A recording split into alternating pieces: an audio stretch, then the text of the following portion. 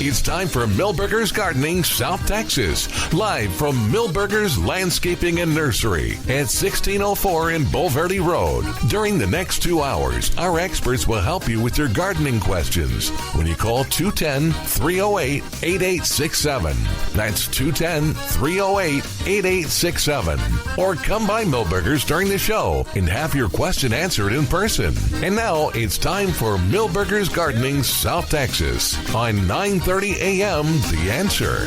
And welcome to Milberger's Gardening South Texas on 9:30 a.m.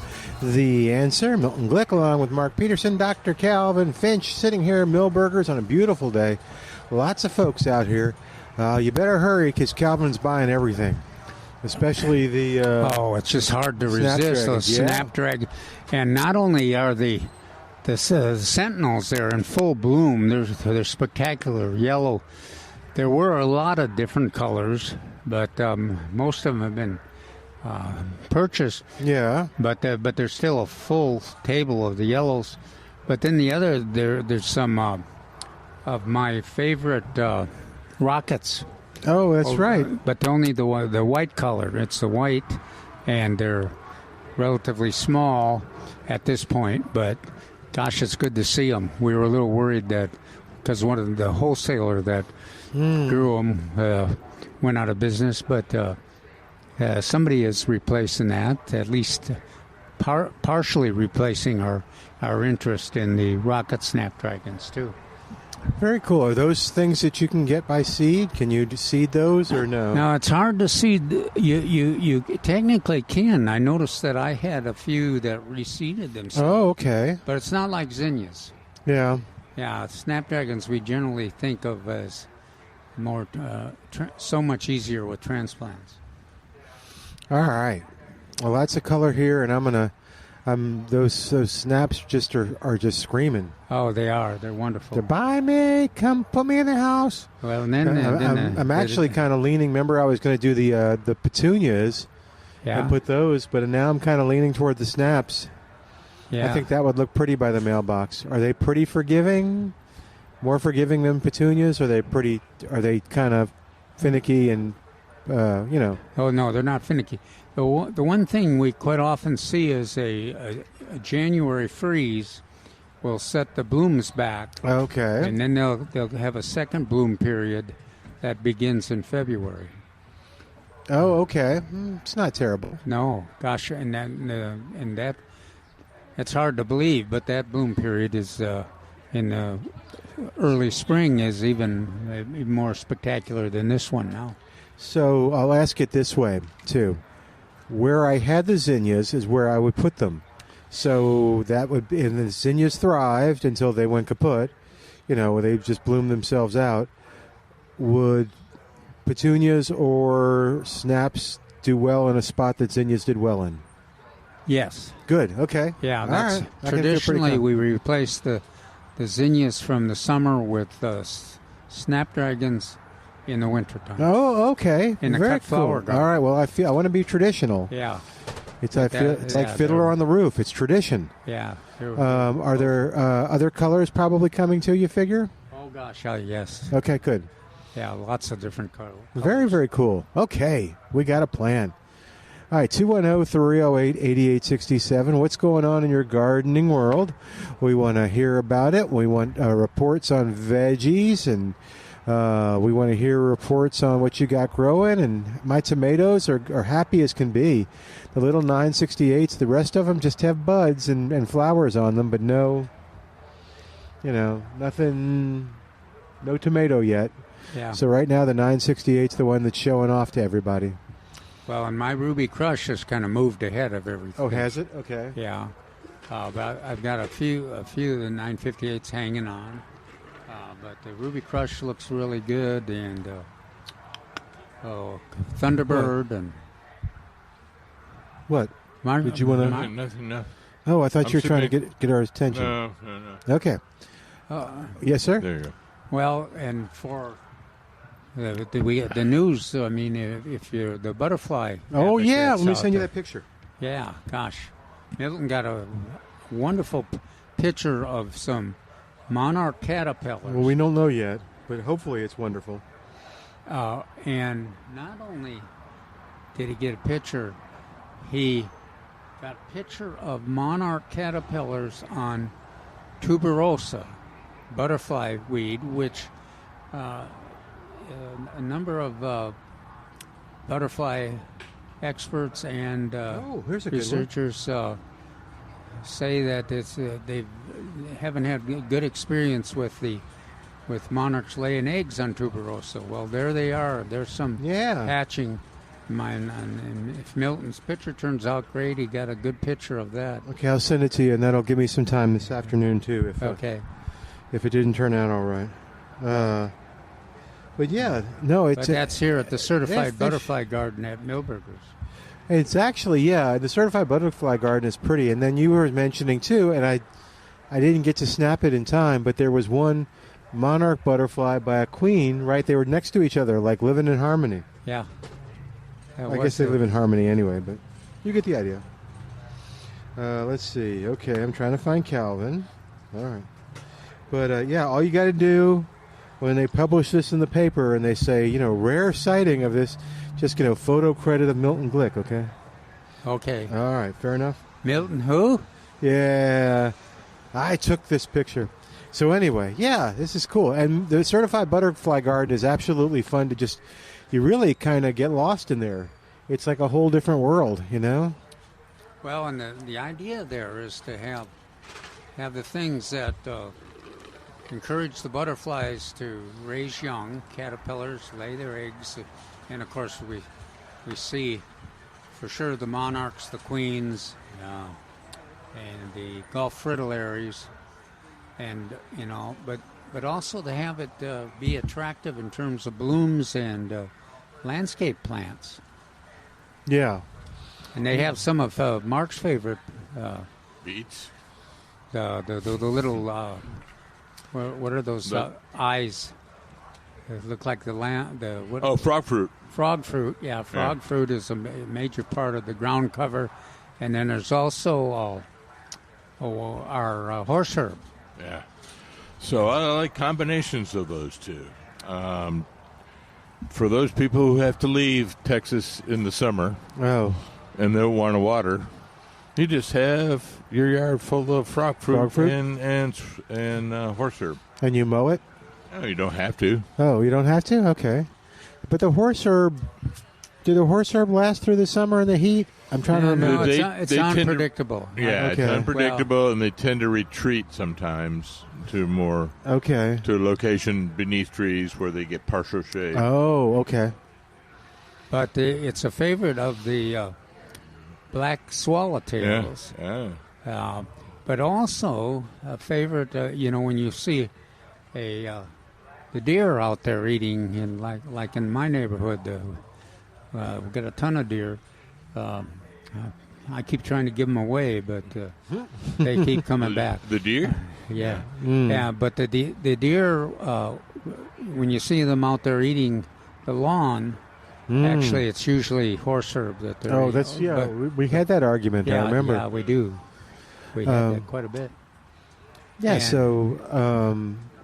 go ahead. I'm sorry. But the Mark's, that little ground cover that Mark talked about, that one is much more reliable. Full sun. Well, it also does pretty fair in the shade, doesn't it, Mark?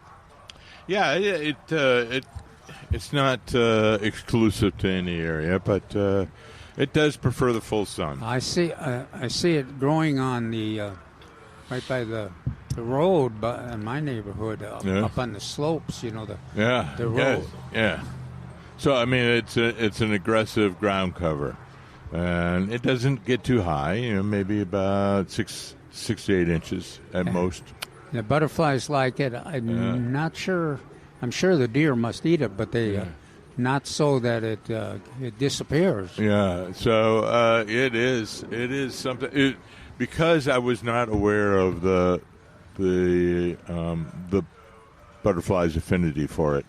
Early on, I went, it's okay. Yeah.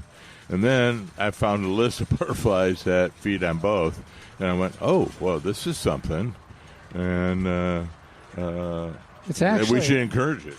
I think it's actually more attractive than the horse herb, too. Yeah. Yeah, because that bloom is kind of interesting and more consistent. Like Milton and I talk about the horse herb comes and goes with drought or it was likes the shade more than the sun. Brought to my attention about 10 or so years ago. I was at our Saws weather station over on the northwest side, and it was a Bermuda grass that was mowed frequently, but it was completely brown, completely dormant, except for these green patches, dark green patches throughout. And I took a closer look, and I went, oh, that's frog fruit. And sure enough, it was the only thing green for about 1,000 square feet. Oh, that's cool. And we used. I don't know if we have them right now. I guess we could check, but we used to sell them. Occasionally have the horse herb and frog fruit here. Yeah, no, we used to. Yeah, and I'm sure we might. So hold on, I'm fixing you up. Yeah, I said that was a component of the Saws coupon program, both of those, and so we had them both here. And also, it was an essential part of the getting certification for the Milberger's certified butterfly guide. Yeah, so and that's a good one. Hey, talk a little bit, since you kind of alluded to it, the Saws coupon deal. Is that going on right now, or is now in effect? It is now in effect. They had what they were calling a pause for the summer. So you could begin with your turf removal, but they were not going to supply the coupons until September for the plants, the replacement plants, the perennials, particularly pollinator perennials, until September. So that's now going on. Okay. So a lot of people earlier this year took care of their lawn, but did not replant until September. I think, I'm trying to remember if it's today or yesterday in the Express News, there was an article from the San Antonio Water System talking about that very program. That's good, because that's a really good deal. I mean, and that's ongoing. It's a nice incentive, and it's So it will continue on until April. I mean, not April.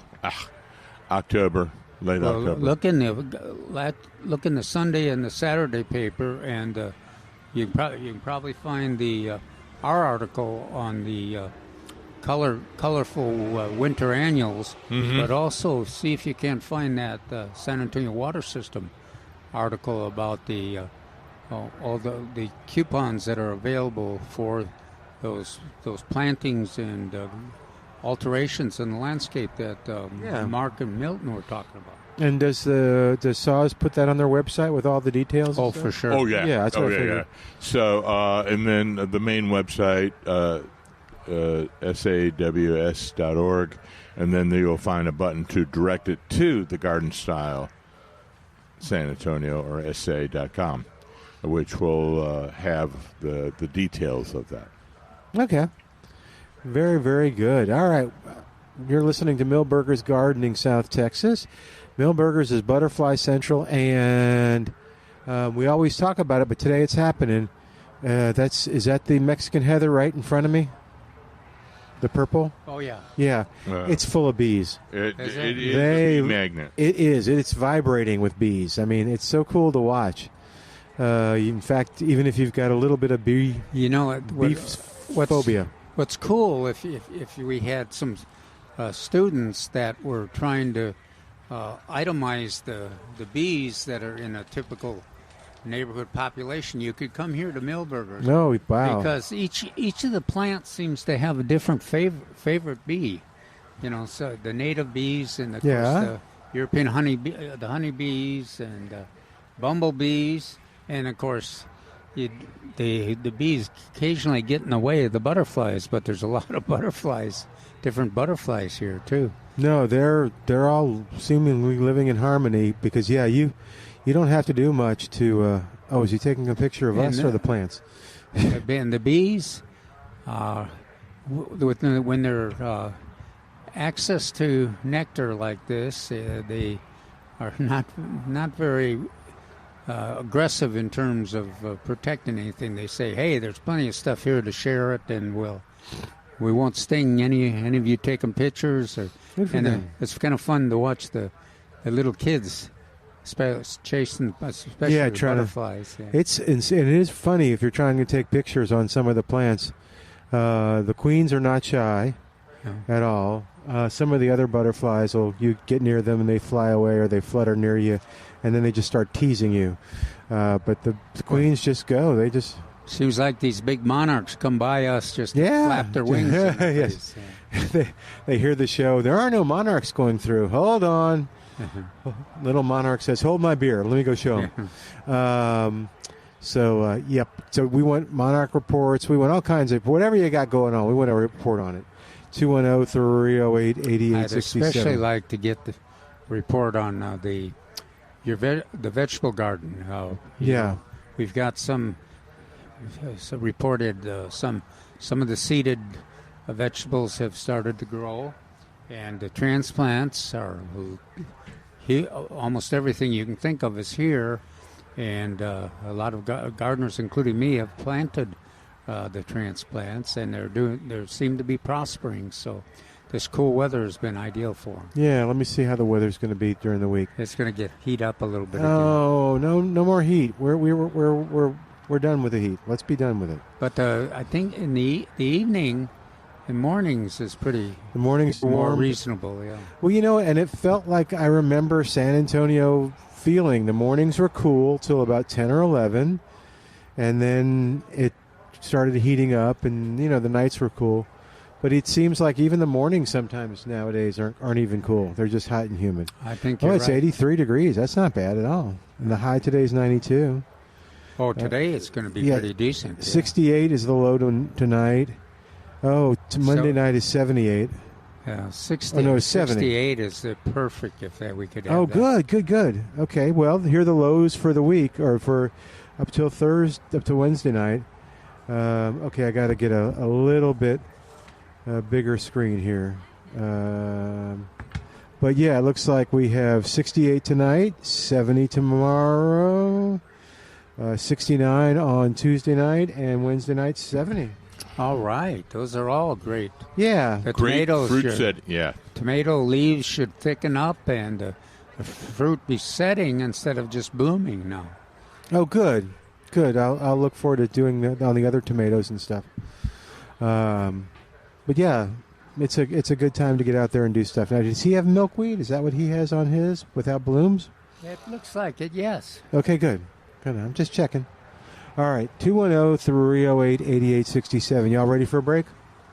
Give you a break. So we've been so excited about the plants and the butterflies and the bees. Check out my pictures during the break, but we'll take one real quick and come back with more of Milberger's Gardening South Texas live from Milberger's Landscaping and Nursery, 1604 on Boulevardy Road. Come by and say hi. We'd love to hear from you and maybe answer your question in person on 9:30 a.m. The Answer.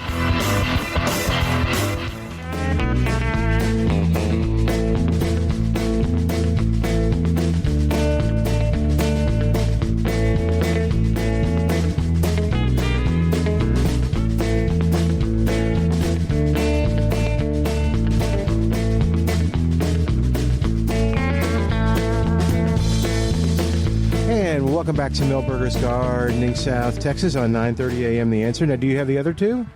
No. Oh, that's weird. Okay, because it shows I sent them. Slide them back or slide them up and down. All right. 210-308-8867. 210-308-8867. And don't forget, what's up? No, I was going to say, anybody who can help these three here, or us three, with their phone. Got him? Good. With their phone, please call in. We need help. That's right. We need to. Hey, let me tell you about Prusky's Meat Market. I do, because I want to gloat about last week where I got some. I know. I want to know. Yeah. So now Mark has a tradition. Did they win? I don't know. They beat the evil Baltimore Orioles. Okay. Ravens. Ravens. And so you went to Pruski's Meat Market and got, what'd you serve? Sausage. Oh, okay. Do you remember which variety of their sausage? Yeah, kukushko.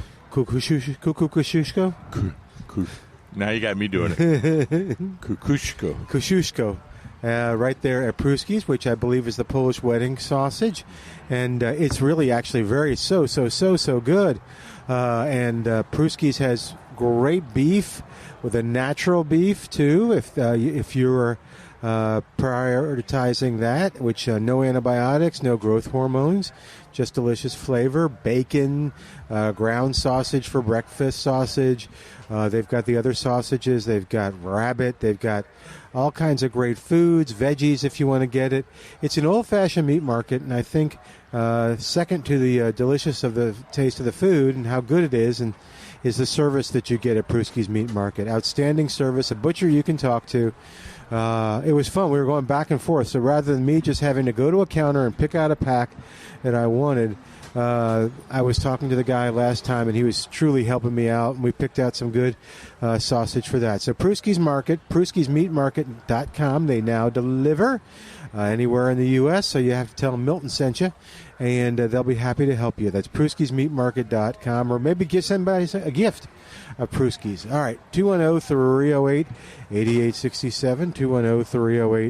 210-308-8867. All righty. So you did get them. Cool. I did, yeah. All right.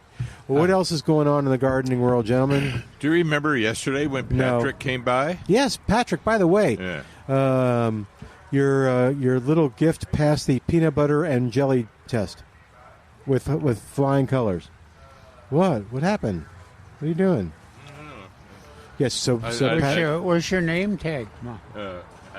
Oh Lord. Okay. I have some here. Yeah. Okay. So do I remember when Pat? We're doing it. Patrick. So he wanted to know what the watering schedule for his perennials. Yeah. And shrubs. And so I drew a blank, even though I wrote it. Oh, oops. 6 years ago. So it's very logical. I just took the 3-2-1 right and applied it to perennials and shrubs. And Calvin was on the right track. I couldn't remember it. Oh, okay. And Calvin was actually on the right track. So for the first 3 weeks, you're going to water it 3 times a week.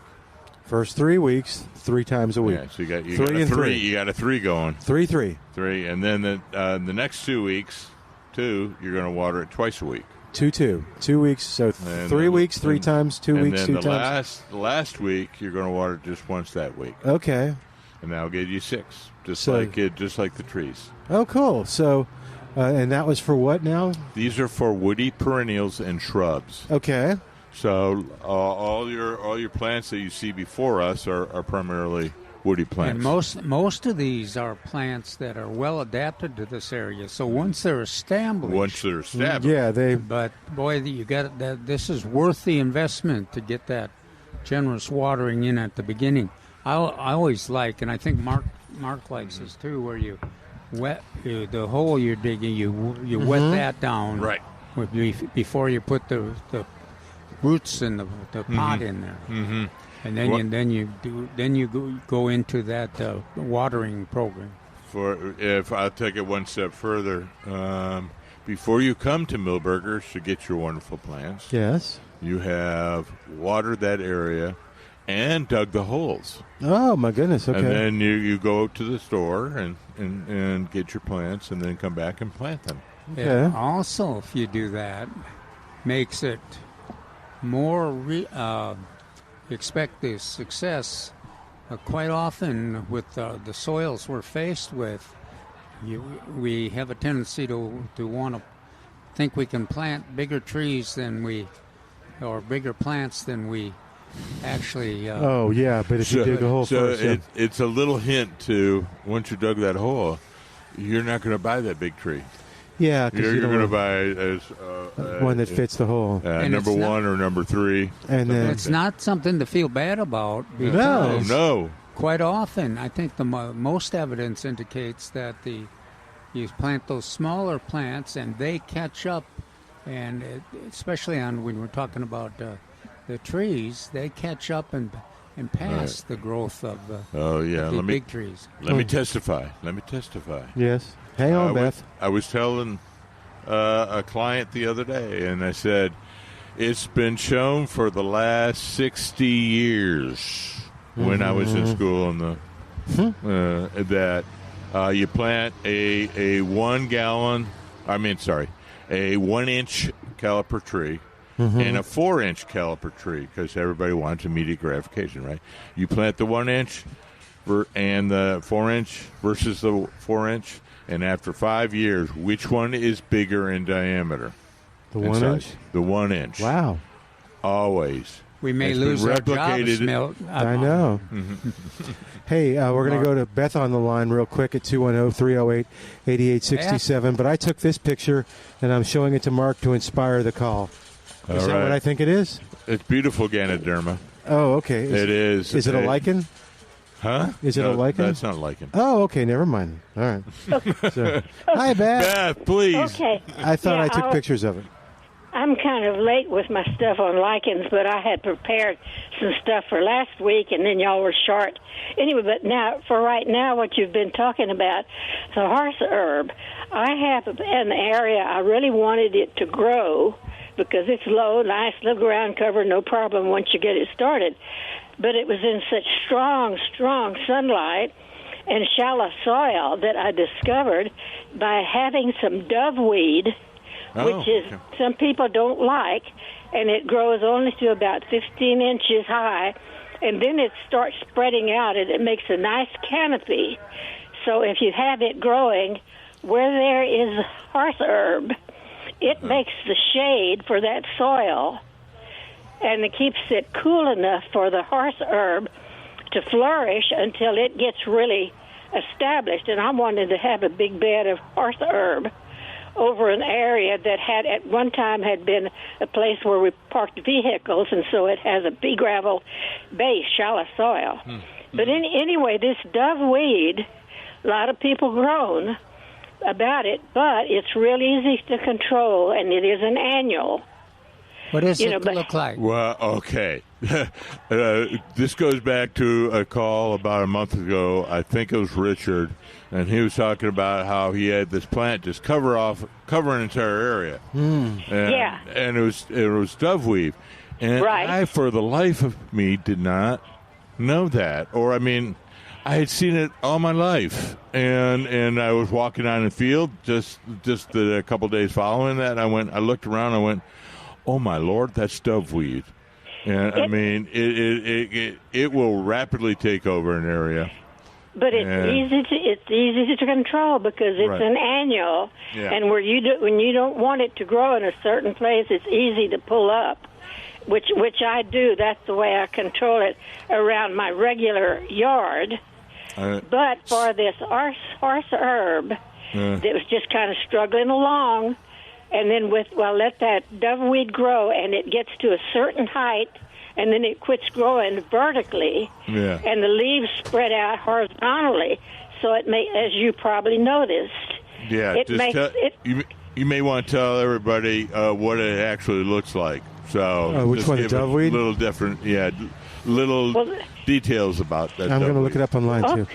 Yeah. Okay, the doveweed is pretty stout. It comes up early, kind of like in March. It's real easy to identify, so you can eliminate it if you don't want it. But it grows straight up like a nice little tree until it gets about 12, not higher than 15 inches, about 12 inches. And then it starts putting out its horizontal branches, and so if there are a bunch of them, they make a nice cover over an area you want the horse herb to be shaded. And it doesn't take a lot for the horse herb needs the moisture, but the doveweed, it just grows and grows, and then when the season is up, when it's done its job, well, then it starts dying out. It's easy to pull up and let your little horse herb fill in to make your little carpet like. Are you understanding? So if you were like 6 inches to 8 inches tall, and walking across the terrain, it would look like, if you had doveweed, it would look like a forest in front of you with the leaves and the seeds above you as a little canopy above Okay. you. Right. Yeah, they're making that. And when I was first really getting interested in this doveweed, I noticed the cardinals were feeding on, and I couldn't tell. It looked like they were eating the flowers because it was too early for the seeds. And so I welcomed the cardinals, you know.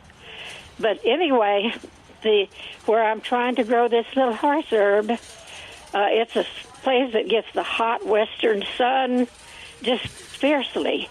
And the little horse herb was having a hard time, you know, but by laying a hose out in that area and let it just water that horse herb till it gets established and is shaded by the doveweed.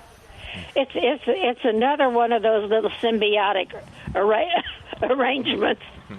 You know, I don't know that I've ever heard anybody describe horse herb with such Wax sympathy eloquently and with affection. both the horse herb and the doveweed. Beth is really eloquent. I'm still not sure what the doveweed is. When you see it, when you walk into a field, any field in this area, all of a sudden you'll see this plant. I mean, it's so ubiquitous. I just forgot about it. But once you go, oh yeah, that's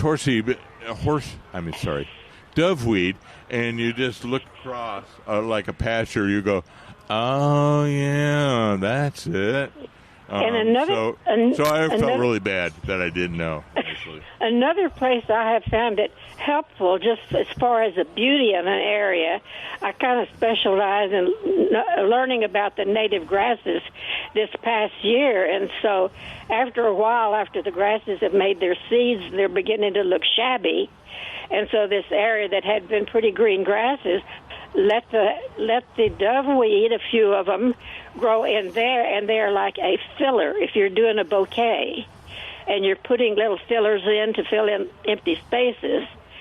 The doveweed makes a real nice little filler between the grasses, and it stays low enough that it lets the grasses go ahead and let their seeds ripen and everything else, and yet you have a pretty area. And like I said, it's easy to control that doveweed. It pulls up so easy. And it's an annual, and it seeds itself next year. Now anyway. As you indicated on your very earliest comment, there are a lot of people who do not appreciate the doveweed like you do. Exactly. And they're always complaining about it vigorously about how to control it. So. And see, I am in you might consider it a kind of a country area out here where I am. We don't have 50 and 60-foot lots. We have more like acreage, but we're within 5 miles of the medical center. You know, so a lot of people in our area don't mind looking a little bit wild compared to the developments around us who have their homeowners things, so they have to keep their lawns just so, and you don't dare let a weed grow up in there. Yeah. Anyway. No, I think I know where you live. Calvin was thinking it's by him when you said medical center. But I'm past him. I'm in Oakland Estate. I know. I was going to say that, but I know exactly where you are. Yeah, years ago you did a survey out here when we thought we had oak wilt. Correct, right. And the thing I learned from you way back then, because there's a little tributary to what we call Hebner Creek that runs across my property, this little tributary, and it goes a few hundred yards down, and it joins another tributary that's deeper. And you had told us that, no, the oak wilt, when it comes to a creek, it won't crawl up the other side. Yeah, it depends on the creek, but generally, it will go down one side before the other side. That's right. So anyway, I enjoy your comments and all of your. I'm learning so much from you, From you, I think we're learning as much from you, Beth, as you. Yeah, absolutely. Absolutely. But you and Calvin, and then for Milton, I am with him. We're both learning. Yeah. Hey, did you hear James thank you for your suggestion on the plant? No. Oh, yeah, he called, I think it was last week or a week before last, and thanked you for, you suggested the butterfly vine, right? I think, does that sound familiar? That's right, yeah, butterfly vine. Yeah, so he called and thanked you. He said it was a great suggestion, and that's what he was going to go with. Well, I guess I missed that part because that particular Sunday, I just caught the tail end of y'all. Oh, okay. And I heard my name. But now, right quick, let me get back to butterflies. I have a really beautiful kidney wood that is blooming, and it has a lot of those little butterflies that look like they have a head at each end of their body. It's a little bitty butterfly, gray and one green. Anyway, it's a little tiny thing, and they are just relishing the blooms on my kidney wood. So I have a lot of little seedlings that are maybe 4 inches high, and I've been trying to decide whether it's worth it to go ahead and dig those up carefully and put them in little 4-inch or 6-inch pots and try to grow them up, because you don't see that many old kidney woods. Mine is very old by my front gate. Mm-hmm. But anyway, I would like to grow some of these little ones if I could, but I don't like the idea of digging one up if it's not going to survive, being played with and trying to grow up to a size that you could give to somebody to grow. Anyway. Would it be more chance of more success with a number 1 container rather than a 4-inch container? Is that what we used to call gallon? Yes. Yeah, they changed that. Yeah, so much like when we used to talk about mountain laurels, try to get as much root as possible. Yeah. And that. So then also look for the seeds. Now, I believe that's still in the pea family, and you should see the pea pod. Yeah. Little tiny ones. Yes, yeah. And I wonder how they find their way into some of the cracks in the pavement or where there's other gravel. How can those little guys really take hold and get up to be 3 inches tall? And then since I didn't have that particular area mowed last year, they didn't get whacked down, so they look pretty good. Anyway. Thank you for that information. Yeah. And then probably do it this winter. Yeah. When it's cooler and the roots have stopped growing quickly. Okay. All right. Thank you, Beth. Sounds great, Beth. It's so good to hear thank you. Give us a call again. We're up against a break, but you need to call us and give us a liking up report. Okay, I will. We need to think of a clever name. Yeah, next week would be perfect. Next week. What are you going to call your report, Beth? Okay, my conversations are like a jackrabbit. One way and then another and then another. Oh, okay, it's okay. We'll think of a name for your report. All right, thank you, Beth. It's fun talking to you. Bye-bye. Bye-bye. 210-308-8860. What's your name? 210. No, we'll talk about it. We'll talk after the break. All right, 210-308-8867. Back with more Milberger's Gardening, South Texas. We want to hear from James and Clyde. We lost you yesterday, so James and Clyde, you call us, 210-308-8867. Back in a moment on 9:30 a.m., The Answer.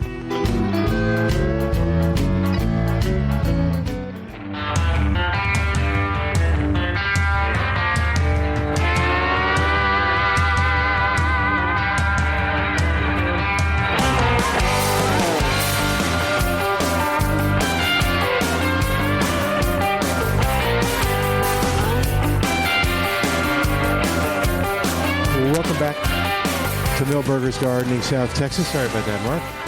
Sorry. I apologize. Sorry. No. So anyway, 210-308-8867. We want to hear from you.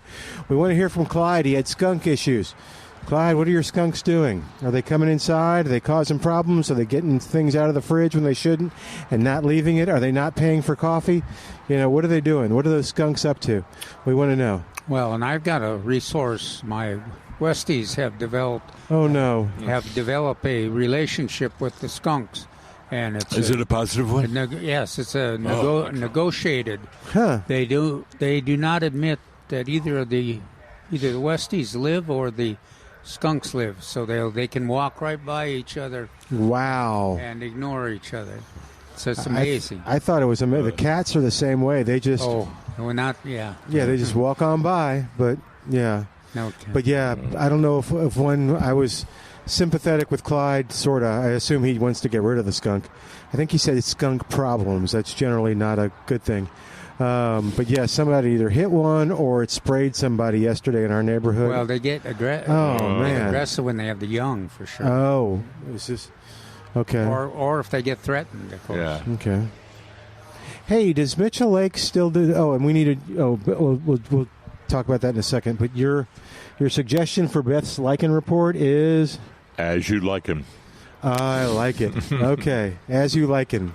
Is that it? You know, Now Beth presents As You Like Like 'Em. 'Em. What do you think, Beth? You can just tell us next time. Milton showed me the photo of that dove weed, and it's the same thing. I call it dayflower or liverwort, and it's What's the last one? liverwort. Oh, W-O-R-T. yeah. It's a little bit more airy and tall than the liverwort. No, and Milton and I talked a little bit about it.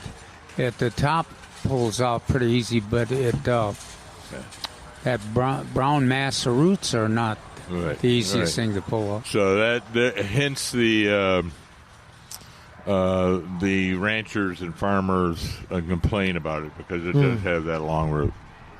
Yeah, it's kind of a tough, massive brown root. Yeah. Now it's not. It gets tough and woodier as you go down closer to the ground. Now, if you got the patience to take a little hand shovel, you can get it out pretty easy, or even your sharpshooter will do it. It aggressively spreads. It's more like I don't care.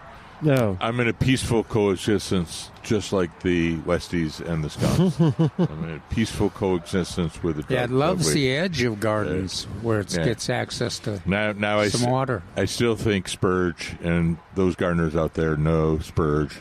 I still have a hostile relationship. just a hostile relationship with spurge. Okay.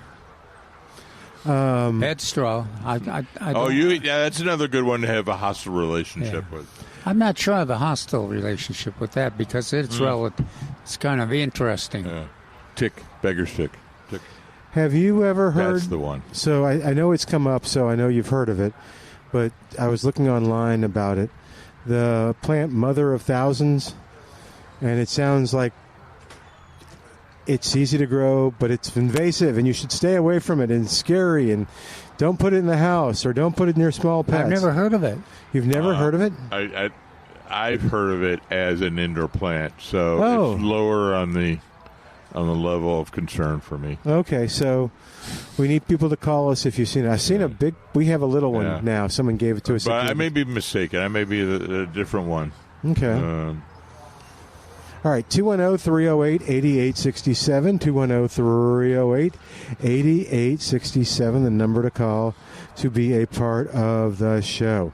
And let's see. I want to remind you, too, that Milberger's, if you love pumpkins and decorating your house for Halloween, Milberger's is the place to come. One, lots of great pumpkins, hay bales. We have the Halloween decorations, and Milberger's gets great Halloween decorations. I mean, things you don't see anyplace else. And they are on sale, by the way. That might make it a little more interesting to you. But you need to come by Milberger's and check it out. But also put on your calendar that you're going to check out the hay, the maize, and all the good stuff that's fun here. It's kind of a little bit scary, but not too scary, and fun for kids. Love it. Is it open now? No, but soon. Very, very soon. I saw the train out there, but it wasn't running yet, but it looked like it was ready for action. Yeah. So there are train rides. There's all kinds of fun stuff. And I wonder who there's will be driving the train. And there's some doveweed somewhere. No. Oh, there's some doveweed out there, yes. I know there will be doveweed out there. I know there will be lichen and bulbos out and back as well. Okay, so Beth called back to give some more information that the one-seeded Croton is also called doveweed. Yes. Okay. And we didn't. Oh no, but it wasn't a lichen report, so we didn't have to do that. And there's also a senna out there as well. Here's a what? We'll have to find out what Beth thinks of Mother of Thousands. Because, yeah, I mean, if you just Google it, it's like, stay back, get away from it. But I like it. And I like that. If you've seen it, it has little like plantlets on the leaves, and they just fall off and grow, I guess. So, okay. Nobody's too interested in it. No. So you have to call and give us a report. My hatred is reserved for larger plants like ligustrum. Oh, okay. Ugh. I can see that. All right. But anyway, so keep watching MilbergerNursery.com for all the events that are coming up. But if you're running around today looking for Halloween decorations, get over here. Get that pumpkin with the stems on it so it'll last longer and draw every color of pumpkin you can think of, every shape and size. I just had a fun idea. Okay, here's what you need to do. You're going to invite some people over. You're going to get, let's say you invite 2 couples. So that's 6 total pumpkins. Come get the pumpkins here, get some paint, and then you just have a pumpkin painting party at the house. So you can even have... Sounds like what we used to have here at Milberger's. Oh, yeah, we sure did, didn't we? Oh, that's gosh, right, yeah. That was exciting. About that. Yeah, that was fun. People love that. Yeah, the Halloween decor is 20% off. So just letting you know. But yeah, so you need to have a party there. All right, 210-308-8867, 210-308-8867. Let's see. Calvin, you talked about your, I'm trying to think of where to go here. Yeah, we'll wait a second. Calvin, you talked about your report. We're going to do a veggie report after the news. All right. But yeah, tell us again about your report. Your article. Well, the article this Saturday, and if you get the Sunday version from the retail stores, you also get the article, and it is about the winter annuals. And of course, we're all excited because the snapdragons have showed up here at Milberger's. The sentinels are just spectacular over there. A whole row of yellow, and then also the dianthus, all the reds and whites you can think of. And then petunias, of course, are here too. But we expect, and the article covers it, we expect the stocks to show up soon. And also the calendula, and then a little later, it will be the cyclamen and the primula. And also now but that's later. The most famous, or the winter annual that we think most of quite often is pansies. Oh yeah, pansies. And what is your favorite, Mark? I like the primula and the cyclamen. How about what is that pansy related? Wow. So I also like violas. Yeah, that's one of my favorites. Now, violas are so hard to beat in the full sun in these small containers. Yeah. They'll make it attractive, whatever size container it is. So violas are good to mix and match with something because they will get upright and then hang slightly over the container. So they're very good for mixing and matching. So get the article and kind of check out the all your options. There are just a lot of them. Just ask me about it. I have a truckload over there. Right. So when he was going towards the most famous one in pansies, I was going to say the most famous purchaser of cyclamen. No, that would be Dr. Calvin Finch. They've had contests. Well known throughout the city of San Antonio. People have tried. They just can't compete with them. Oh, it's hard. They're so spectacular. And I just, that purple one, I've kind of fallen back on that one. I used to get the reds and the whites. Red and white used to be our favorite. Yeah. I remember last year Calvin got them, and I thought, okay, well, it's not going to be a lot of them, but all of a sudden you heard beep, beep, beep, beep, with the big old 18-wheeler backing up, Calvin behind the wheel, just to load up the cycleman. That was it. Well, and we don't want to understand that Primula.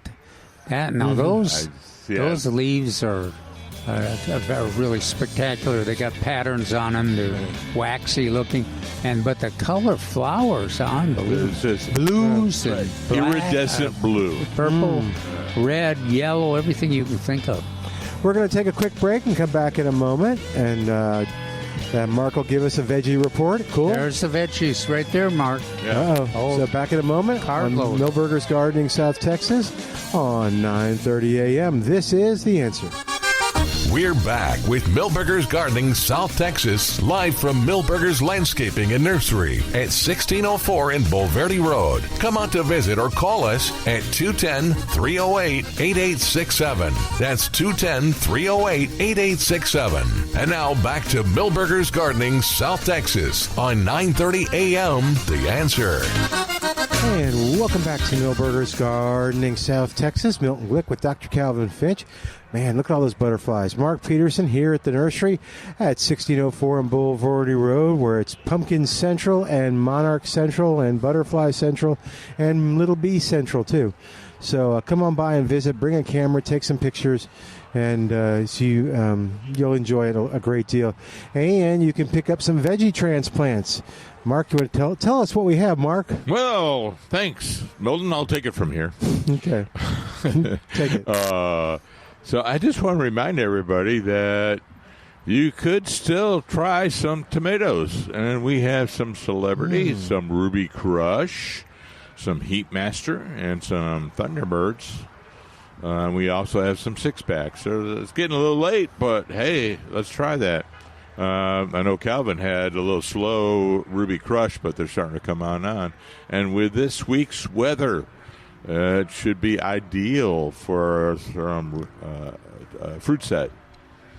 Going through the other tables, I noticed we had some mustard transplants and collards and kohlrabi and celery. It's a little early for celery, but or lettuce, or rather. We had three different kinds. We had one celery with three different kinds of lettuce. That's the whole point of that. And then we had some Swiss chard out there. Several different kinds of Swiss chard. Yes. Oh, cool. So there was bright lights, which we like, and then there was another green. Broccoli. There was broccoli and some cauliflower left. I don't know. Did you find any Brussels sprouts out there? I did not. Oh, you did. Good. And one of the staff people actually found me my cabbage that I was looking for. Mm-hmm. I took most of it, but there's still a few. Okay, there's still a few out there. Yeah, so we prefer transplants of broccoli and Brussels sprouts and cabbage this time, cauliflower this time of year. So, but we do have, I checked the seeds this morning. We have a lot of seeds for those other vegetables, like the beans. We have two different kinds, the Kentucky Wonder and the blue. Not the Blue Haven. Blue Blue Lake. Has anybody had luck with their beans? And I bring that up because Calvin's having a little trouble with his bush beans. It just amazes me because I got rutabaga and radishes and beets and carrots germinated, but I can't get the beans. Haven't done anything. And I checked the seed. Seed, what do we call those? Not the seed banks, the seed seed racks. Thank you, sir. Hang on, Ann. Bing, bing, bing, bing, bing. And we have a lot of those available right now, like carrots, like beets, like radishes, some celery, even some Swiss chard we have available. Okay. As on seed. Oh, the seeds. Cool. All right, Ann is going to help me out at 210-308-8867. And welcome to Milberger's Gardening, South Texas. How are you doing? You got some answers for me? Yes, I do. Thank you. Sure. That plant is from Madagascar. Oh, my. Okay. It's a succulent, and it's one of the kalanchoe or kalanchoe family. And it's invasive in pots. It's a succulent cactus gardener's bane because it's very prolific. All parts of the plant can grow a new plant. Oh, my Even the God. blue You suppose Milton will be able to get in his house now that he's... I'm worried now. I got to go home. It's on the windowsill. They are not cold hardy, and their name is Kalanchoe degremontiana, but there are different varieties. Yeah, well, I'm in the cactus club. There are different varieties. Cool. There are broadleaf ones, tubular-shaped leaf ones, some that are mutated that are called monstrose, and they make a tall flower spike that looks like a candelabra. The flowers hang down, and they're coral-colored. They're beautiful. They have a digitalis-like toxoid that's toxic to herbivores, cattle. Oh. So, over in Australia and stuff, they're not too happy with it. We just kind of pull it out when we see it. And we can throw it in the compost pile, but you got to watch there. Rarely up here where we live, it doesn't make it through the winter. Okay. That's interesting. Yeah. So what should I do with mine? Right now it's in I would keep a small couple container. Just to watch. Yeah. Just keep a couple, watch their life cycle. When they head out and bloom, maybe even this winter, you'll really love them. You'll enjoy them. Just Some people call them mother of millions. Yeah. So I've heard there's a mother of millions, too. He should leave his name and full address and way to get a hold of him in case he disappears. Yeah, wellness check. And it's like that movie with the monster plant, Feed Me Seymour. Yeah. Oh, cool. Okay, well, maybe not so cool. But should I do it pot it up? It's in a small coffee cup-like container now. You just let it fall over. When it falls over, put it in a bigger pot, but don't overpot it like any other succulent. It's so cool. Describe for people who don't know it, like Calvin and Mark. It has the little babies are on the edge of the leaves. Right, plantlets. Mm-hmm. Oh, is that what they are? Yep. Plantlets? Okay, cool. Yeah, they do propagate by seed, but nature has a genetic way of making them turn on the genes to grow anywhere when they can't reproduce by flowers and seeds and stuff. They reproduce asexually like that. Okay, very cool. Yeah. Don't hang up, Ann, but thank you. Don't hang up. Yeah, and up here we have the Croton doveweed. Oh my gosh. Yeah. When it gets big enough, you're just thrashing through it. You can't walk anywhere. So I agree. It's not my favorite plant. Where is up here? I called you last week or so up in Kendall County between Bernie and Bergheim. Bergheim. Okay, cool. Yeah. So I couldn't remember. I remember on the radio I said, one of those bee towns up there. Yeah. Are you part of the Cactus Society here in San Antonio? Oh, yeah. My husband came and talked to you guys in August about a sale we were having. Oh, good. Oh, he did a great job. That was my husband, Oh, cool. Was there... San Antonio Cactus and Xerophyte Society. Yeah. And was it? Well, let's not bring religion into this. No, I'm just teasing. That's an old joke. Never gets old. How did the sale go? Oh, it did great. We did pretty well. The thing is, you have to advertise. You cannot rely just on social media, and that's where a lot of people run into problems when they have small sales like this. So we try to get on the radio whenever we can, and we really, really appreciated your support. Sure. Well, he did a great job. We have a lot to offer. Cool. Are you in any other clubs? We have a scholarship program. I used to be in the Native Plant Society up here in Bernie. It's wonderful, NIPSOT. And we have another small one, the Texas Cactus Coalition, where it's mostly vendors. Yeah. Okay. But Saks is the main one. Very cool. Well, thank you, Ann. I'll let it be. Great information. Yeah. Thank you. Any other ones? Yep. You guys have a great afternoon. Yeah, it says it says it loves heat. It does say it's poisonous, so I won't eat it. But yeah. Yeah. It doesn't have a sap, and they're really sweet. They're nice little plants. They get to be too many. Thank you. Kids love them. Yep. We'll have to name it Mama or something because mother of thousands. There you go.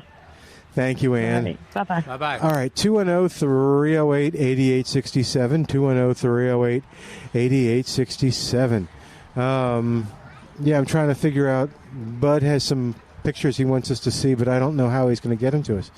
210-308-8867. Let's see. Oh, I was going to ask you, too. So I've been watching things, and birding is a major theme in some of the TV shows I've been watching and stuff, and so it's kind of made my ears perk up. Plus, we're finding feathers around the house and stuff. Did you watch the show, The Just Residence? feathers, but no other activities from your feral cats? Maybe? No. Okay. I don't think they could. This was down the street, so they didn't contribute to that. Okay. Have you seen the show The Residence? No. You need to watch it. Birding is a huge part of it. It's a mystery that includes birding and Teddy Roosevelt's list of birds. Are you familiar with that? No. Oh, Calvin, you're not a birder. So is I'm this gonna like talk to Mark. a Brit box? No. Is it American? Yeah. Okay. So The Residence. yeah. So email Calvin and tell him he should watch it. But yeah, you would. The detective is also a birder, and that plays a big part in it. So it's very cool. It sounds more like a Brit box. But it's not. Yeah. What What was the famous English authoress who was a mystery writer? Agatha Christie. Was it birder? I think she was a birder. Oh, very cool. Maybe I that's. don't know. I can't confirm that, but Maybe I haven't read Agatha Christie stuff, so maybe that was kind of playing on that a little bit. But anyway, so does Mitchell Lake still do tours and stuff where you can kind of go? Yeah. But they do it where you're not. How do the tours kind of go? Are you just kind of riding and there's a sparrow? Now you can go to their website and they have all the schedule listed, and they've always got something, with, I think at least once a month they have a weekend birding trip, and just like when the old days when we used to go. But they've got some special events, some even some. I think I've seen some evening events if you're interested in owls and things like that. So I think there's a lot of action. And maybe they used to take the van around or somewhere. We participated in their. Was it the yearly competition? Yeah, they didn't have a real good name on it, so I can't remember what the annual meeting or event was. Milton, Jerry, and I, and some of the master gardeners. Yeah, did. And then I That's had what reminded booth. me of it was she was you hear it before you see it, so you have to be quiet and listen, and then you kind of. Oh, and I can't. Oh gosh, I wish I should remember that the birder that used to always go with us too. Was it the English fellow? No, it was that was the butterfly. woman.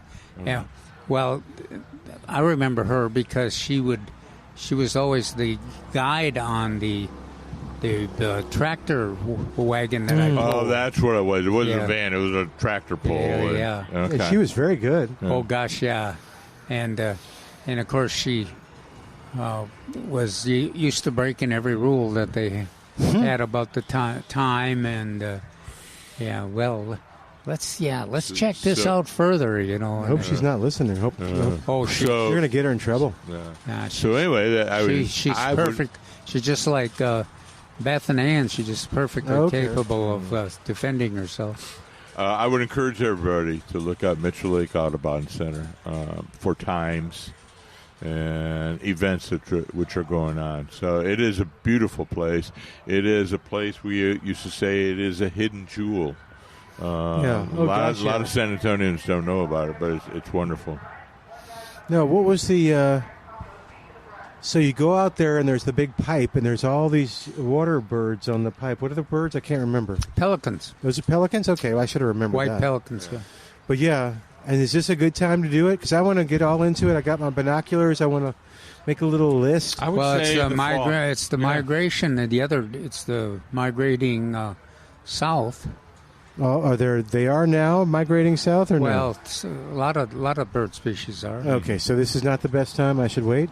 No, this is the best. This is the best because it okay. is a migration time. Well, yeah. And there will be different parts of the season that you'll see different species. Now, the spring migration, the colors, the feathers are a little easier to identify in a lot of species. But at Mitchell Lake, all the water birds. Yeah. This is a great time to see. Is there any other group in town that does the birding tours? I'm sure there is. I just don't know about them. Well, let's see. I know Travis County, Austin has a great birding group. Well, we must have. We're in San Antonio, by golly. Yeah. Well, that's part of San Antonio's. Oh, is it? Bayer County is a little different organization, but they participated with a lot of Mitchell Lake activities too. Okay. Yeah, you'll like the show. I'm forgetting what channel it's on. I think it may be Netflix, if you have Netflix. The only one. Are they one of the big three? Yeah, they're pretty big. There's a big one for me, and the big one is NPR. Excellent. What? National Public Radio. You're watching National I'm Public sorry, Radio? KLRN. KSAT. Oh, okay. No, not KSAT PBS, either. KLRN. KLRN. Good God, yeah. Calvin. How do you find it? I'm okay. without a TV right now. Okay, so. well, you can if you know somebody that's also a birder, ask them if they've seen The Residents. James is on the line at 210-308-8866. They have a lot of birding programs too. Okay. Hi, James. Welcome to the show. What's going on? Hey, I didn't get to ask yesterday, I should say, because I got really confused on the fertilizer thing. That's what we like to do. Yeah, no, anyway, that aside, my dwarf cherry surprise, I just picked the first one. All right. And I really want to taste it, but I promised my wife, because she's been eyeing it as well, she could have the first one. So I'll bring that inside in a little bit. But what I want to know is, are they supposed to be pointed or teardrop shaped, the fruit, the tomatoes themselves? Yeah. Oh no, the BHN 968 the cherry surprise is supposed to be perfectly round. Yeah. That's what I thought. The one that is grape shaped is Ruby Crush.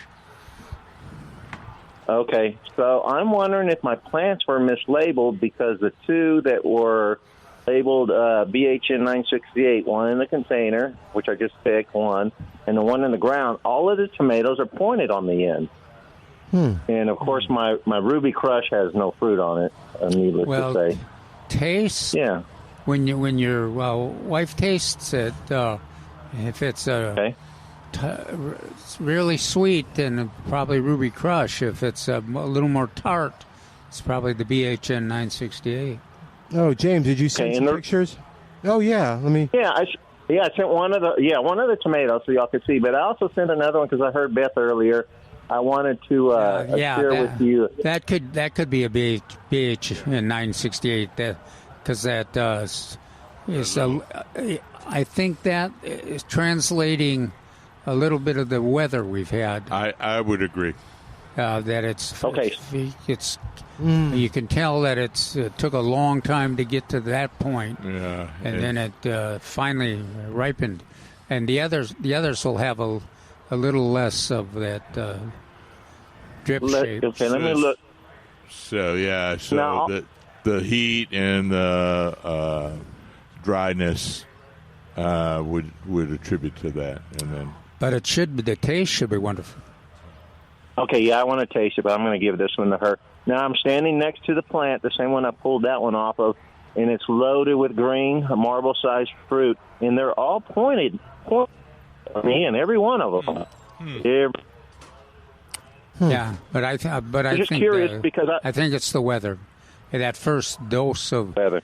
Later in the season, I think you'll see a more round out.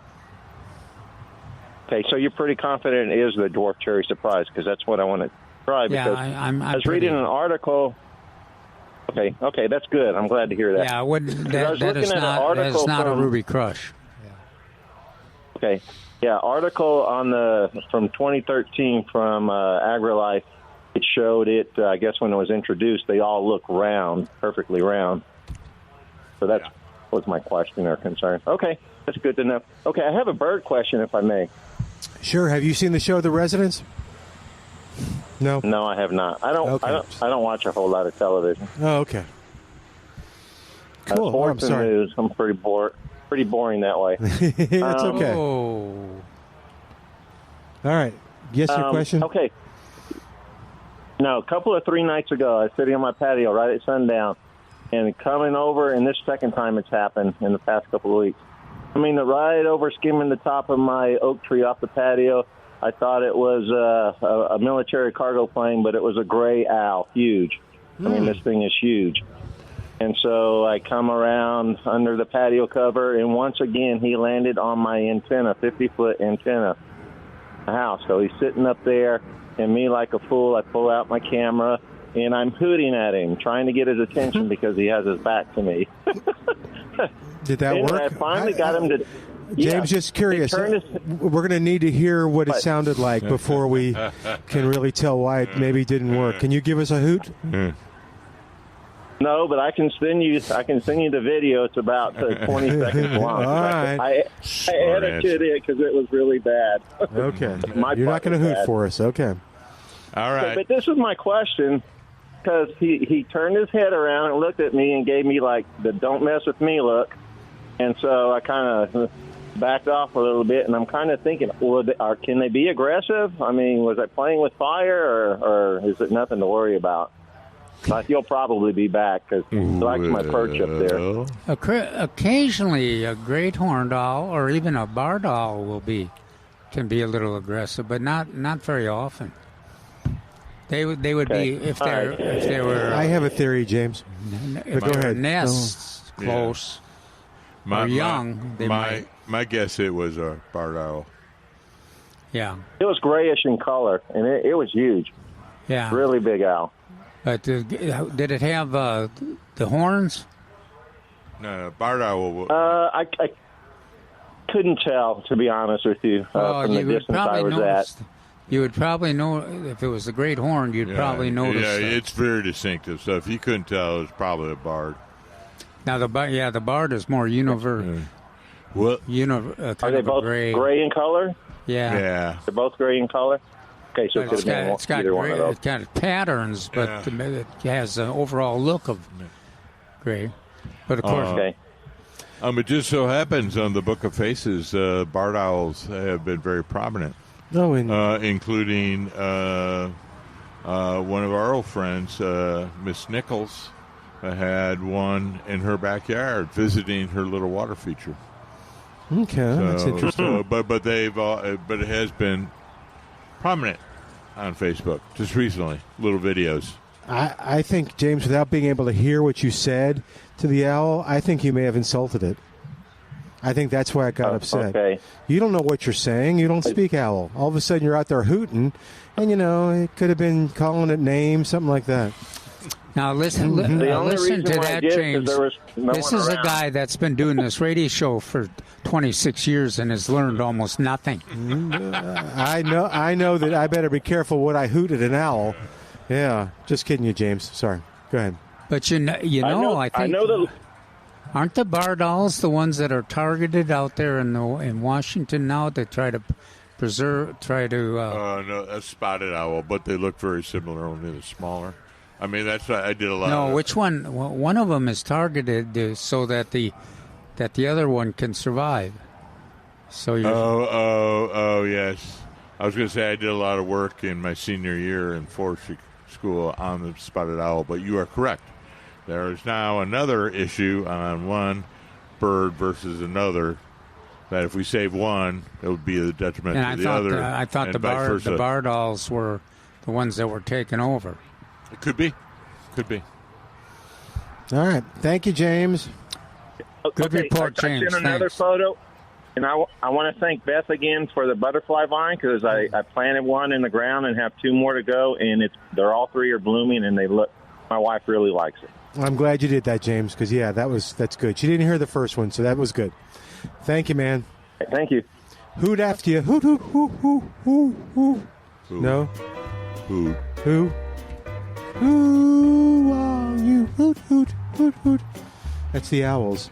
Okay, wow, that was a big sigh, dude. All right, we're going to take a quick break and come back in a moment with more of Milberger's Gardening South Texas, live from Milberger's Landscaping and Nursery, 1604 on Boulevardy Road, Milton, Glueck.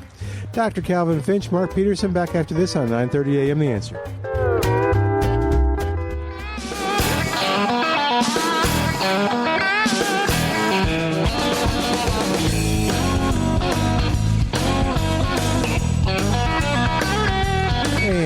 Welcome back to Milberger's Gardening South Texas on 9:30 a.m. The Answer.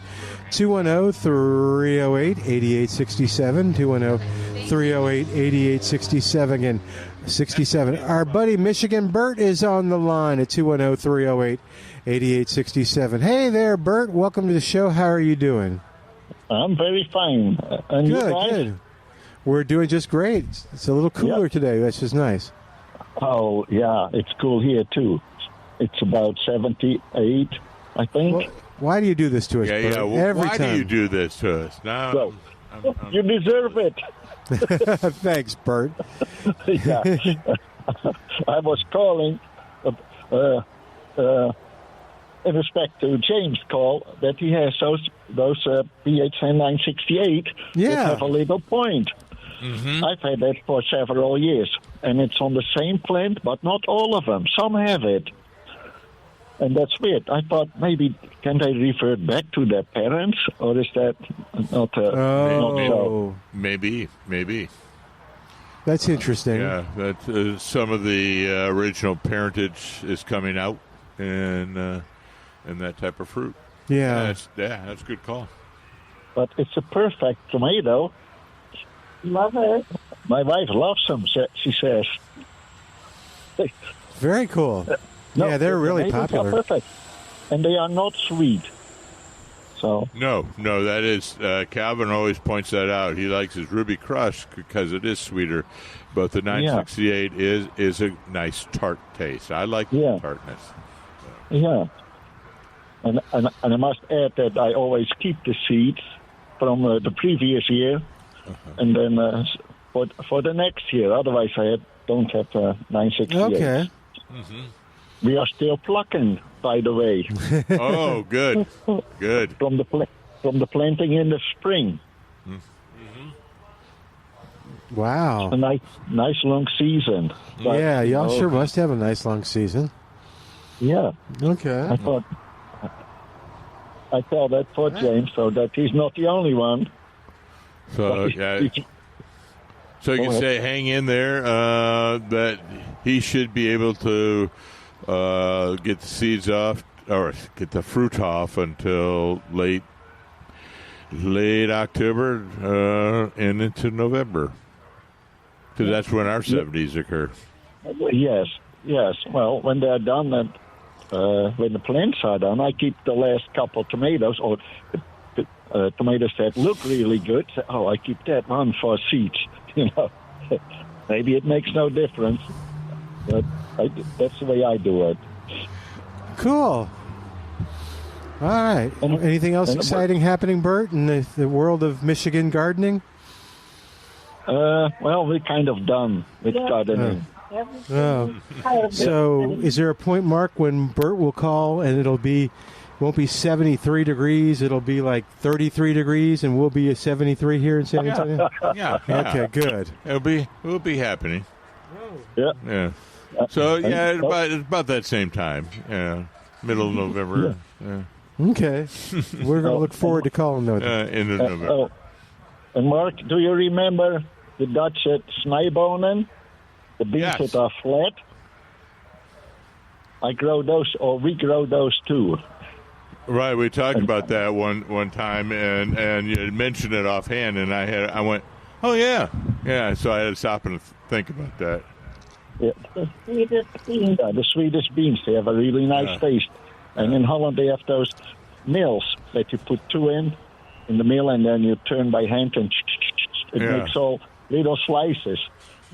But they don't see that here. Yeah, no, different things. My grandmother had like a metal one where she could interchange the top part and do the grinding for Braunschweiger and other meats. And then also change the blade so she could do vegetables on that. But Yeah. So that was one you attach it to the edge of the counter and the metal one. Yeah, so. right. Yeah. Good. Well, thank you, sir. Somebody had mentioned pea soup, and I went and I said, well, if Bert's missing, schneck. Yes, yummy. Yummy.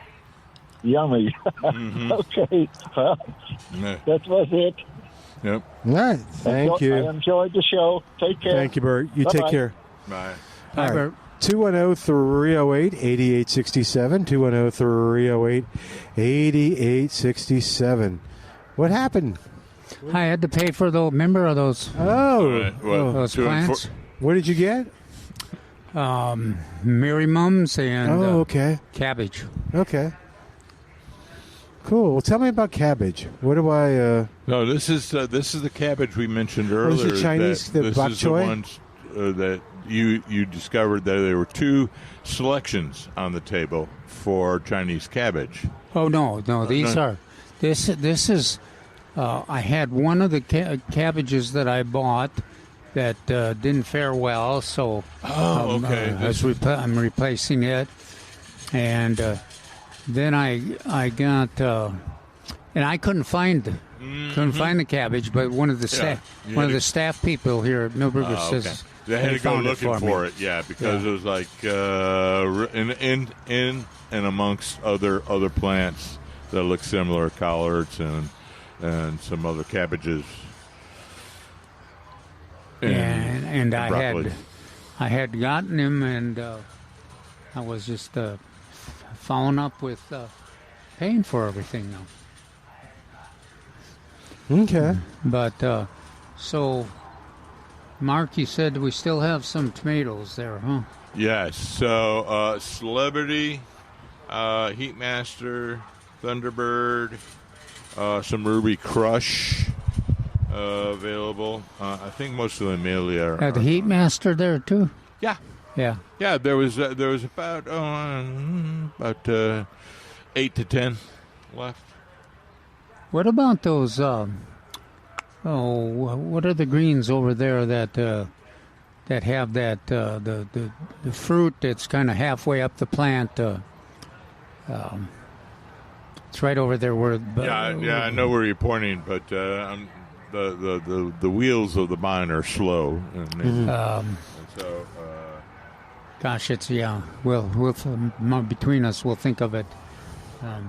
But I also got some mustard. Right. Oh, cool. And so that's one of the ones I would go. It's a leafy green, but you could plant it right now. That's also one that is one of the easiest. If I remember right, it's one of the easiest to grow with seed. Right. Of the greens. The mustard seed, yes. Yeah, they're fast and very productive. So, right now you could do the mustard, or you could get some transplant for collards. We do have those out there. And I had some excellent collard greens from a place on the east side that was tasty. Oh, gosh, yeah, collard greens are wonderful. I never quite figured out the relationship between collards and kale. They're actually the same genus and species. Mm-hmm. And there's about 72 different kinds of kale. Every color and shape you can think of. And, in fact, it's one of the ornamentals we use in the landscape. So back in the day, in the last century, we used ornamental kale. What was the other one? Ornamental cabbage and kale. Yeah. During the winter, that was the primary annual in a lot of places.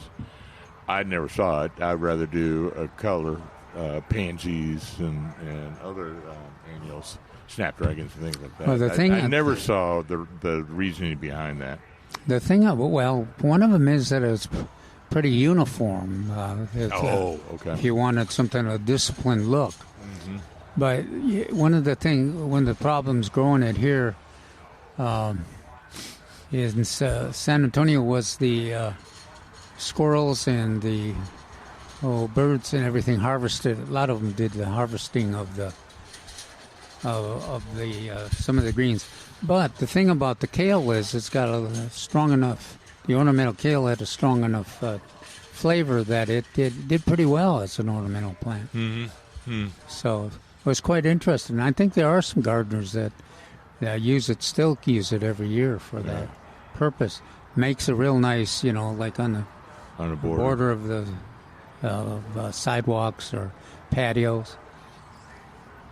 But right now we're thinking of it in terms of the vegetable, and there's so many new recipes that include kale because it's so nutritious and easy to grow. Yeah, there's So what do we got? We got at least three different, or two or three different kinds out there. Yeah, well, in the past we've had 3 different kinds out there. I don't know. I didn't. I saw at least 2. Okay, but I wouldn't be surprised if there's 3. And they're different leaf shapes primarily is the difference between the 2. Do you remember what is mustard? How different does that taste from, say, some of the other greens? Oh, it has a sharpness to it. A little bit. Whereas it's a bitterness in the kale, and of course the collards I like is kind of in between the 2. But the mustards have so a combination of mustard and collards are always nice taste. Cool. But I was just thinking about a kale recipe when you said that and Bert will know this, is mashed potatoes and kale and carrots and leeks. That sounds interesting. Well, Hey, we need to take a quick break, and then we'll talk to Javier right after this. 210-308-8867. More of Milberger's Gardening South Texas coming up live from Milberger's Landscaping and Nursery, 1604 on Boulevardy Road. Back after this with Mark Peterson, Dr. Calvin Finch. I'm Milton Glueck, and this is 9:30 a.m. The Answer.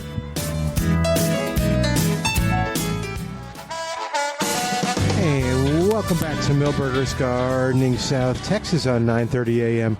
The Answer, 210-308-8867. I forgot to ask James how I know when my honeydew melon is ripe, because he said I think he had cantaloupe, but he said it didn't turn out too well. But I thought he could give me a clue on that. 210-308-8867. Javier is on the line. Javier, welcome to Milberger's Gardening South Texas. How you doing today? I'm doing fine, thank you. Hello, gentlemen. What's I got a going couple on? of questions for you. I want to kill off some Asiatic jasmine, and I think I've heard y'all say in the past that root and vine or stump and vine killer is the best. Cut vine and stump killer is the best. Is that still the best option?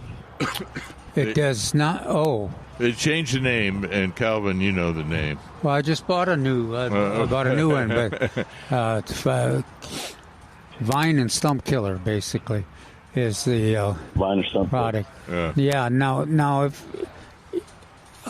it will work, but you gotta apply it to all those old stems. Yeah. The active ingredient in there, though, what is the product? It's remedy, but I don't know. Triclopyr. And triclopyr is chemical, and it may be, I'd have to think about it, maybe in remedy as well. Yeah, it is. Now, it's easier to use remedy on the Asiatic jasmine because Roundup doesn't seem to face it. And I also use it on the cat's claw, which is a vine in my neighborhood that just ravages everything. But yeah, you got to be real careful though with if you get the remedy because it is very penetrates stems, and if you got like cat's claw or Asiatic jasmine in an area that there's nothing else relatively close to it, it's a great thing to use, but you don't want it to get on your perennials or anything like that. Now, you said cat's claw is a vine. I've got something that has like 1 to 2 inch long thorns on them. They grow along the fence.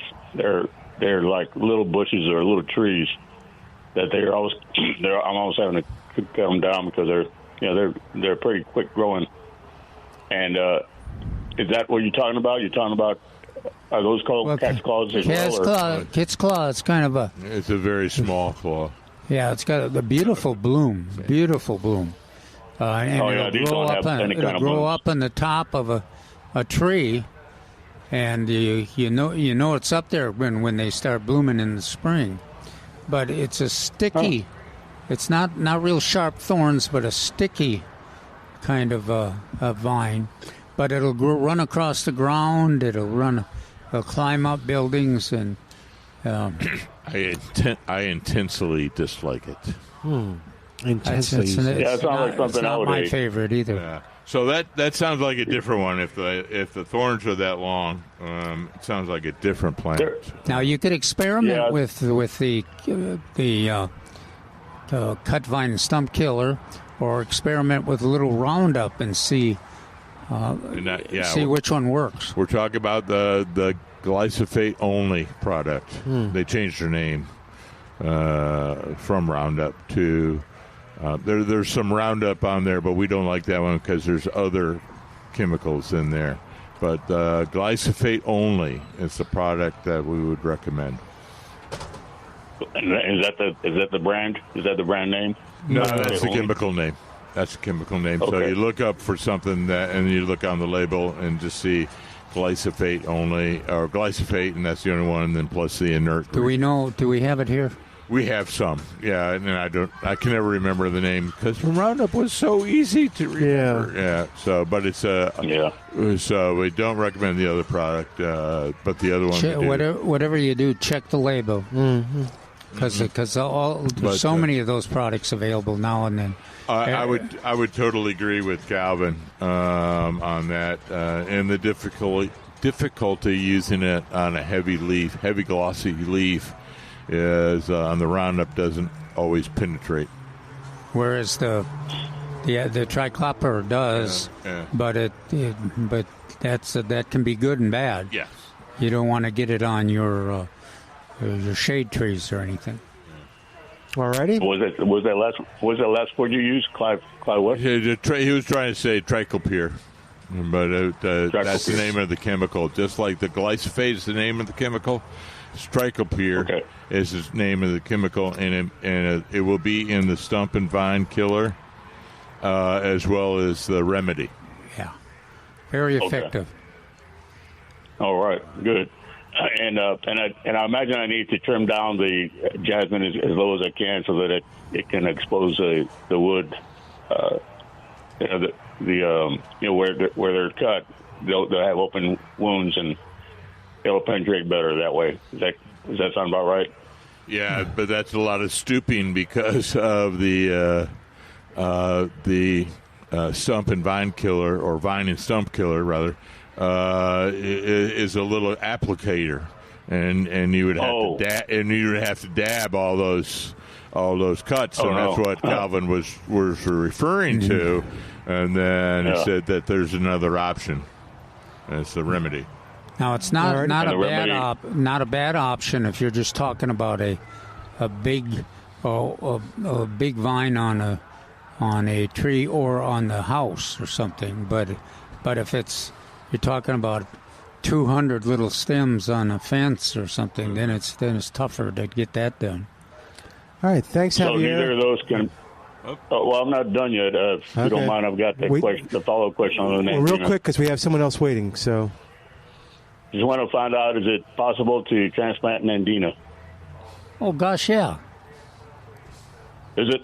Yeah. It's been in the ground now for about 25, 30 years. Is it still, Well, now that makes it a little harder, but they like the seedlings or the root extension, they transplant pretty easy. Yeah.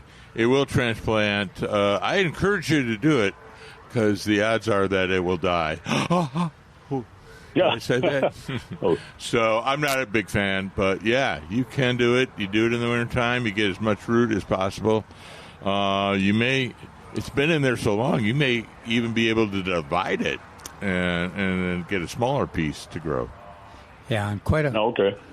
quite often it's on sale places, so you it might be easier to get one than to transplant a 25-year-old one. Yeah. Thanks, Javier. All right. Good luck. Thanks, man. Yes. Bye. Call us again. All right, 210-308-8867. Chalmette Bert is on the line. What's going on, Bert? Oh, just another beautiful day in paradise. How y'all doing? Good. What's going on? Well, I'm just wondering. I got the back. I need a couple of questions answered. I'm going to need some landscaping assistance. And does Milberger, will they, Mark? I know you work for them, don't you? Well, in a theoretical basis, because Milberger supports us over here on this. On the radio Oh, show. On the radio. I got you, but I was just wondering if they'll come out and send a person to look over, walk the backyard with me, because it's. I told you there's a slope. It's like in 60 feet, it's like a 5-foot drop. So there's a rivulet. I want to get the St. Augustine. The grass has grown over it, but the soil keeps washing away in the rain. So I was going to get landscape stone to fill it, and then the grass will still grow through that. I'm pretty sure. Now they have landscape assisters, but I know they do commercial. I don't know if they do residential anymore. Or they'll help you out to find one if they can't do it. They'll find you. And then I'm also going to suggest you call up the Master Gardeners that's a good idea. on the extension hotline. And that's some assistance that they may have somebody volunteer, do some of their volunteer hours, and come on and help you with that. And call the nursery too. I can give you the number, and they'll suggest somebody as well. All right. Well, I'm thinking out the box totally because there is no box. When I saw the slope, I was automatically, my mind went to the Incas and their terracing, and it was just like, wow. Mitigation instead of obliteration. I want to utilize the water and soil and a good backing edge, but I just want someone to see my scheme, my plan in my head, what I want to do with it, and give me just a little assist. That's what I was saying. And number two, how are your heirloom selection? Do you have a great deal left that I might get a couple in this year? What are they? Heirloom plants. I didn't see any when I was over there. You talking about the veggies? No, that was primarily tomatoes. Oh, tomatoes. Oh, okay. Well, that's what I think of heirloom. I was going for the Romanesco and some of the other, like I said, the broccolini, because I know those will shoot up real quick, and I can just throw like a hot frame over it, because I have my plastic greenhouse stuff to utilize that for. And the third, was it James that said the owl? I always speak to him in English, and then I go to Spanish now that I'm down here. It's like there was one when I went on my Breckenridge Parks. Yeah. It was a great horned owl, and it had a wingspan between 6 and 8 feet.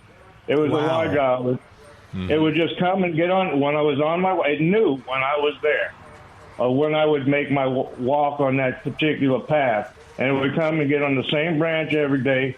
And just watch me walk by, and it was at dusk, and it would go away. I just say, "Hey, how you doing?" That's it. I go from the Native American thing. We're all related. Yeah, there you go. And of course, you've got that nice Louisiana accent, which I'm sure they understood. Hey, owl, where you at? Yeah.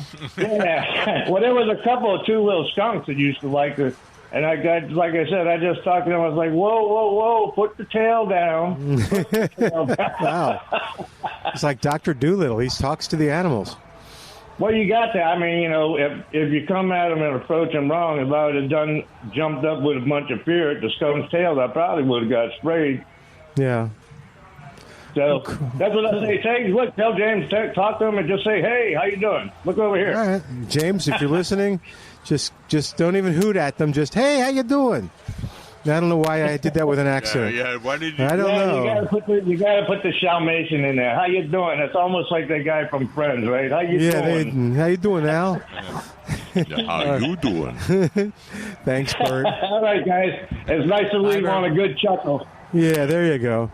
All right, got a little time left, but not too much. Don't forget Calvin's article. Don't forget to come on out to Millburgers for pumpkins and all the Halloween stuff.